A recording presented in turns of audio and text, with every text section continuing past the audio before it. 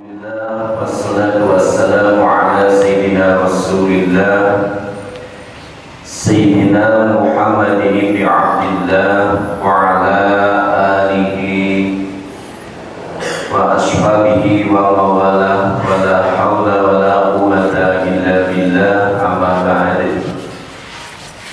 Jemaah yang dimuliakan Allah Subhanahu wa taala, kita lanjutkan kajian Fiqh kitab Fathul Qarib. Bismillahirrahmanirrahim. Qala al-musannif rahimahullahu ta'ala wa nafa'ana bihi wa bi'ulumihi wa madana bi asrarihi fid dharaini amin ya rabbal alamin. Faslun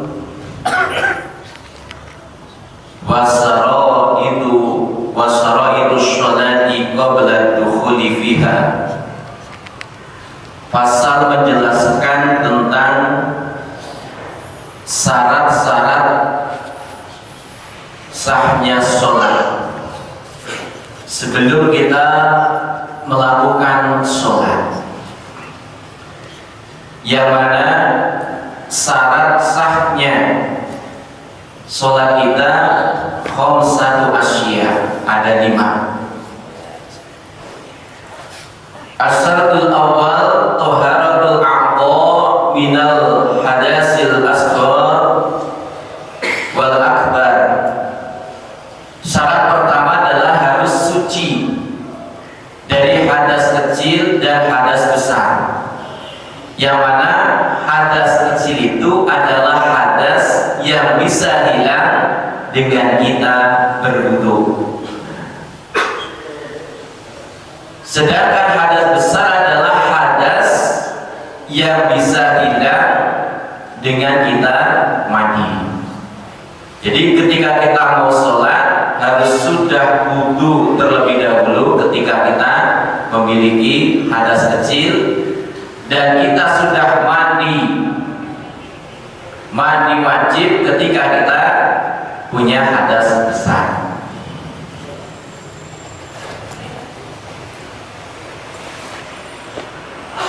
Kemudian yang kedua adalah wa taharatun najzil ladzi la yukfa anhu fi saubin wa badanin wa makanin. Selain daripada harus suci dari hadas kecil dan hadas besar, juga harus suci dari najis.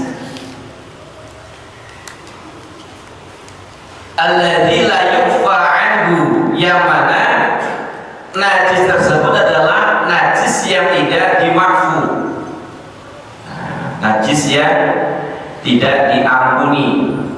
Beda dengan najis yang mafu. Contohnya misalnya ada nyamuk mengeluarkan darah di pakaian kita, itu najisnya mafu. Nah, dalam sholat juga harus suci dari najis yang tidak dimafu, yang tidak diampuni. Di dalam pakaiannya harus suci. Kemudian badannya, termasuk badan adalah ini, dalamnya hidung, dalamnya mulut, dalamnya mata, ini juga harus suci dari najis. Juga makanin, tempatnya mana? Ya harus suci, yaitu wahwa ma yulaqi syai'an minal badan wal malbus, yaitu tempat yang bertemu dengan badan dan pakaian ketika kita sholat. Beda dengan misalnya kita sujud, di bawahnya dada ini ada kotoran, ada najisnya, maka tidak apa-apa karena tidak mengenai badan kita, tidak mengenai pakaian kita. Jadi Jadi misalnya di sajadah ada tai cicak misalnya, kemudian tai cicaknya ketika kita sujud terkena tangan ataupun terkena kaki ataupun terkena wajah, nah, maka sholat kita tidak sah. Bagaimana ketika ada anak kecil? Sini ada permasalahan ketika ada anak kecil menempel ataupun berpegangan kepada orang yang sholat, ataupun ada kucing, tiba-tiba ada kucing naik ke pundak kita. Di sini dijelaskan walau ta'allaqa bil musalli shabiyyun aw ghirratun. Ketika ada anak kecil ataupun ada kucing yang menempel ataupun berpegangan kepada orang yang sholat, lam yu'lam najasatu manfadihima, yang mana lubang beraknya tidak diketahui najisnya. Jadi ketika tidak jelas apakah kucingnya najis ataupun tidak, maka tidak apa-apa. Ketika ada anak bayi kita gendong, tidak diketahui apakah anusnya ada kotorannya ataupun tidak, duburnya ada kotorannya tidak, maka sah sholatnya.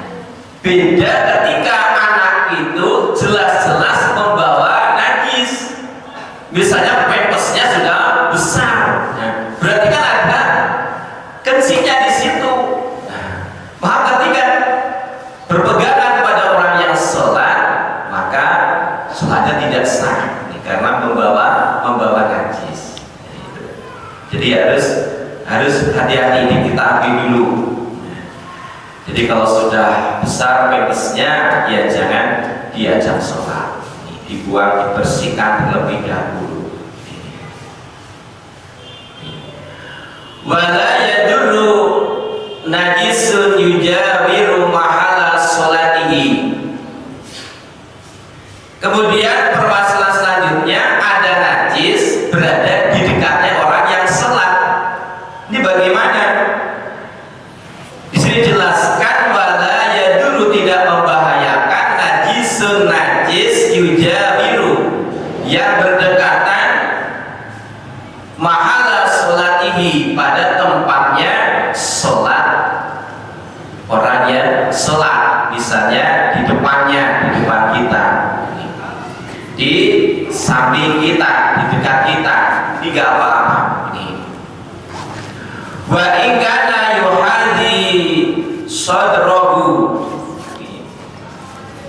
walaupun najis itu berada tepat di bawahnya dada kita ketika kita sujud, tapi tidak sampai mengenai dada kita, maka tidak membahayakan. Aw ghairahu fir ruku'i was sujudi aw ghairihima li'adami mulaqatihi lahu. Jadi walaupun bertepatan di bawahnya dada kita ketika kita ruku, ketika kita sujud, dengan catatan tidak sampai menempel kepada badan kita, maka tidak membahayakan. Artinya sholatnya tetap sah. Toh demikian, na'am tukrahu sholatuhu biizai mutanajisin, akan tetapi makruh kita sholat di dekat najis yang tidak mengenai badan kita, hukumnya adalah makruh. Jamaah yang dimuliakan Allah Subhanahu wa ta'ala, mudah-mudahan sedikit yang kami bacakan menjadi bekal untuk ibadah kita, mudah-mudahan jadi ilmu yang manfaat dan barokah. Terima kasih atas perhatiannya, mohon maaf